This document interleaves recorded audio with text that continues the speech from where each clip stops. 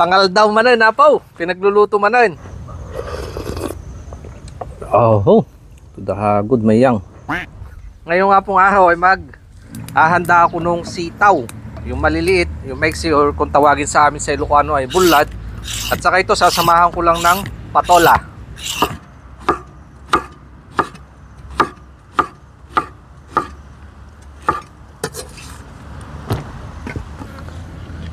Sasahugan ko lang nitong isdang tanigi. Nadaan ako kanina sa palengke dahil nakapagbenta ako ng kalakal kong saging. Medyo nakaluwag-luwag ng kaunti.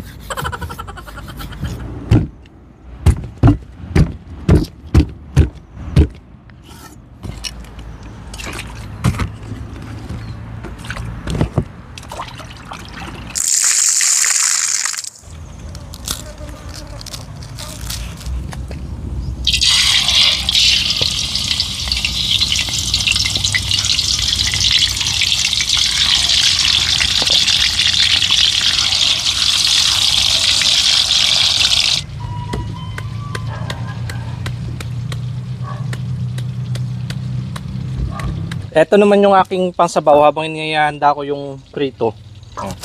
Lagyan ko lang ng luya, saka bagoong. Favorite. Ayan. Itong kamote. Ayan. Buridibod kung tawagin sa amin. Ito para magkaroon ng tamis yung sabaw at saka lumapot. Sarap nito mamaya.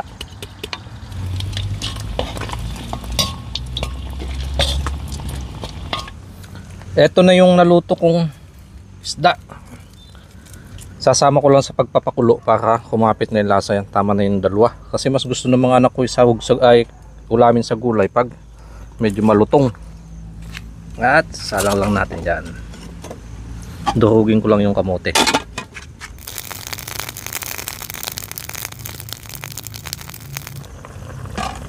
Lapot na yung sabaw. Saka shoot ko lang tong aking mga gulay-gulay kasama na nung siling haba.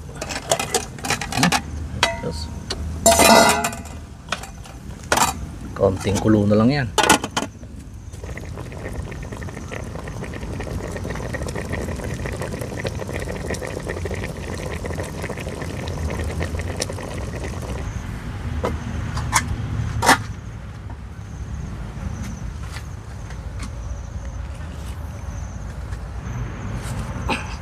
Kainan na. Ito yung aking nalutong pananghalian. Yung buridibod. Yan, may sitaw, saka patola. Ito yung aking kasamang sausawan. Yun.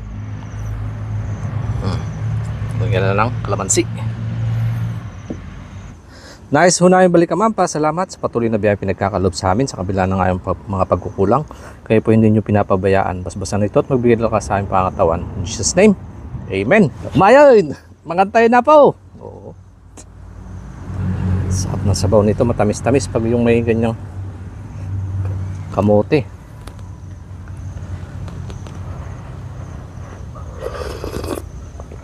Oh, to the good mayang.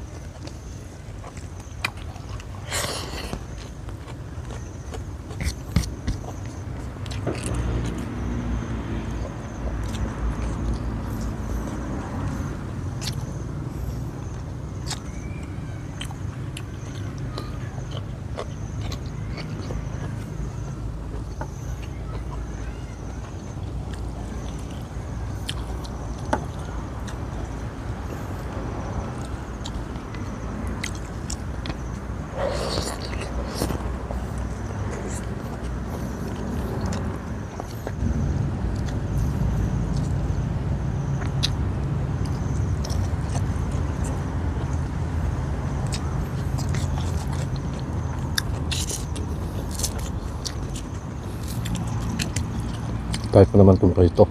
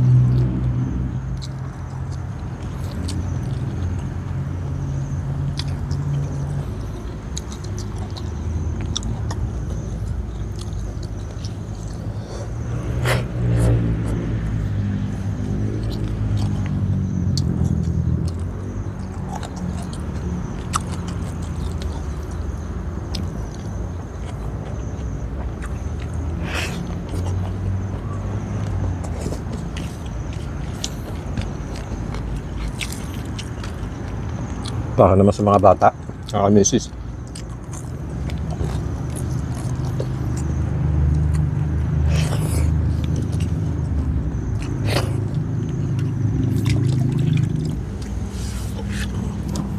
Yung iba naman po ay tinira ko doon sa pag-uwi nila misis mamaya. Saka ito, ulam nila. O may mga request po kayo ng mga pagkaing bukid na gusto nyong ibahagi dito mga kanayon, pagsaluhan natin. Comment lang po kayo sa aming YouTube channel. Saka kung saan po lugar kayo nanonood. Yun lang po aking babahagi. Cheers po sa atin lahat and God bless.